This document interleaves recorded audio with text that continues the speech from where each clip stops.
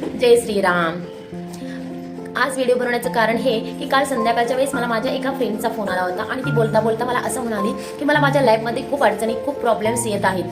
काय कारण आहे ते समजत नाही. कोणतंही काम करायचं म्हटलं तर ते थोड्यासाठी होता होता राहून जातं. तर मी तिला म्हटलं, तुझ्या घरात ना दोष असेल, काहीतरी निगेटिव्हिटी वगैरे. तर ती म्हणाली, हो आहे म्हणाली, माझ्या घरात दोष आहे म्हणे. मला कोणीतरी सांगितलं होतं आणि माझ्या घराचा दक्षिण एंट्री डोअर आहे म्हणे. तिला म्हटलं त्यामुळेच, कारण ज्या घरात एंट्री डोअर हा चुकीचा असतो त्या घरात निगेटिव्हिटी लवकर येते.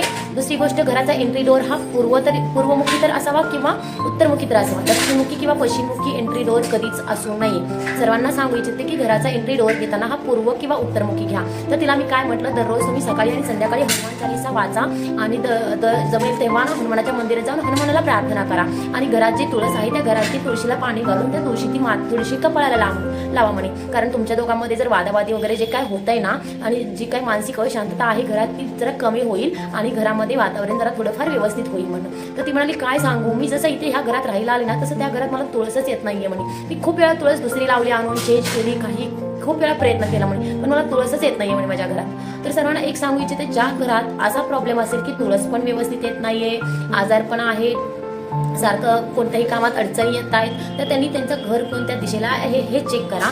घराचा एंट्री डोअर हा पूर्वमुखी असावा किंवा उत्तरमुखी असावा आणि घरात पण तुळस ही आलीच पाहिजे. असं जर असेल, तुळस येतच नाहीये घरात, तर त्या घरात खूप निगेटिव्हिटी आहे असं समजावे आणि ते घर पटकन चेंज करता येईल तेवढं लवकर करा. एवढंच.